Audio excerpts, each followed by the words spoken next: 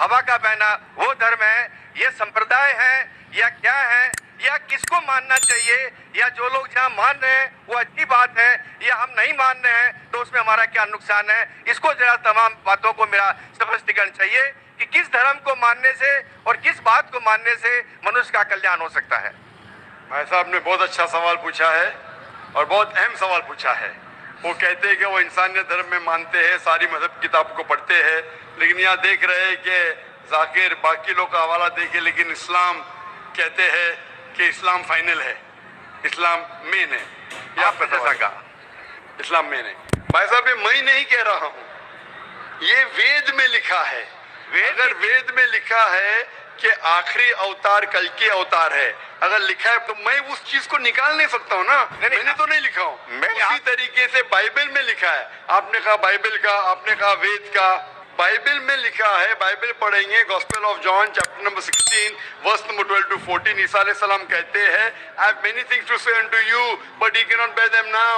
For he, when the Spirit of truth shall come, he shall guide you unto all truth. He shall not speak of himself, all that he shall speak. ये दे रहे हैं कि एक आखिरी पैगंबर मोहम्मद सल्लल्लाहु अलैहि वसल्लम आने वाले। ये मैंने तो बाइबल नहीं लिखी ना, मैंने तहकीक की। अगर मैं तहकीक करता, आप आके बोलो डॉक्टर जाकिर नाइक, आप जो कह रहे बाइबल में नहीं है, लेकिन आपने कभी नहीं सुना, अजीब बात सुन रहे तो आपको अजीब लग रहा है, और बहुत लोग को अजीब लग रहा है। कुछ लोग कबूल करे, कुछ लोग कबूल करने से डरते। फर्क ये है।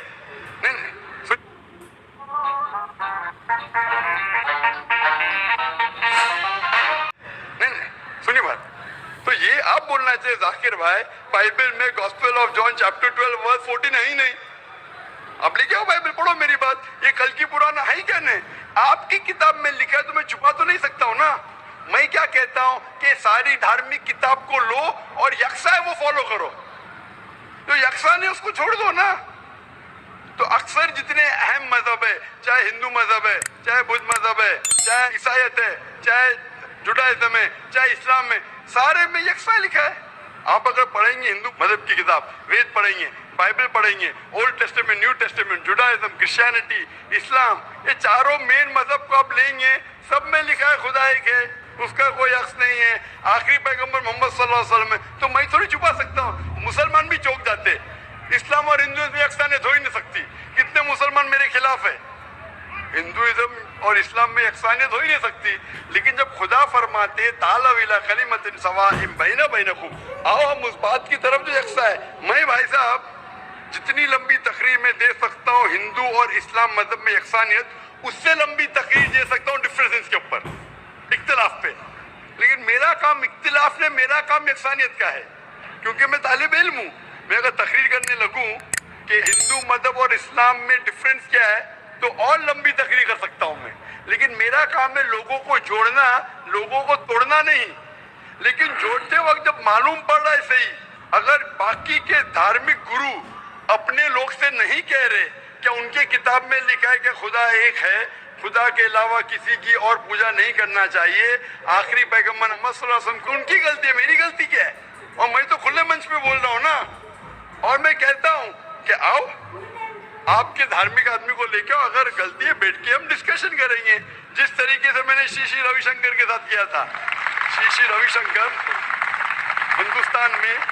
हिंदुस्तान में सबसे ज्यादा माने जाने वाले इन स्क्रिप्चर्स में श्री रविशंकर है। उनके साथ मुनाजरा किया मैंने ओपन स्टेज के ऊपर, ओपनली। तो इसके अंदर अगर हक बात सामने आ रही है, लोग हक कबूल कर रहे, उसमें क्या है? आप मुझे ऐसी कोई चीज लेके आओ जो मैं नहीं मानता हूँ और कुरान और वेद में लिखे मैं फौरन मानूंगा। अब एक चीज पेश करो मुझे, एक जो कुरान और वेद में लिखा है जिसमें मैं अमल नहीं करता हूँ, फौरन अमल करूंगा। ऐसा समझ रहे क्या बोल रहा हूँ मैं? इसको कहते हैं इंसानियत। खाली मुंह से बोलना इंसानियत क्या है?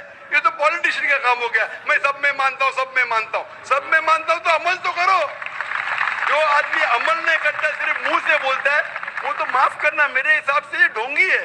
वो जितने लोग आते प्लेटफॉर्म पे बोलते सर्वधर्म एक है, वो ढोंगी है। उन्होंने अपनी किताब ही नहीं पढ़ी है। ऐसे ढोंगी लोग से क्या बात करना? मैं हक की बात कर रहा हूँ। आप एक चीज मुझे दिखाओ जो कुरान और वेद में लिखी है, मैं फौरन मानूंगा। चैलेंज करता हूँ मैं, एक चीज लिखो जो आपके शास्त्र में लिखी और कुरान में लिखी, फौरन मानूंगा मैं। इसको बोलते जिगर। यंग हूं मैं आपसे यंग हूं, लेकिन जिगर रखता हूँ अल्हम्दुलिल्लाह। बड़े मंच पे सिर्फ यहाँ ने दिगर ममालिक में जाके बोलता हूँ, इसलिए लोग मुझसे डरते हैं। ये आ जाएगा तो पोल खुल जाएगा भाई, हमारी दुकान बंद हो जाएंगी। लोग बोलते हमारी दुकान बंद हो जाएंगी। मैं जब जानता हूं मैं हक के ऊपर, और जैसा आपने सुबह में कहा था कि लोग विरोध करेंगे अच्छे लोग का, वही बात, मैं हक की बात क्यों, किससे डरना।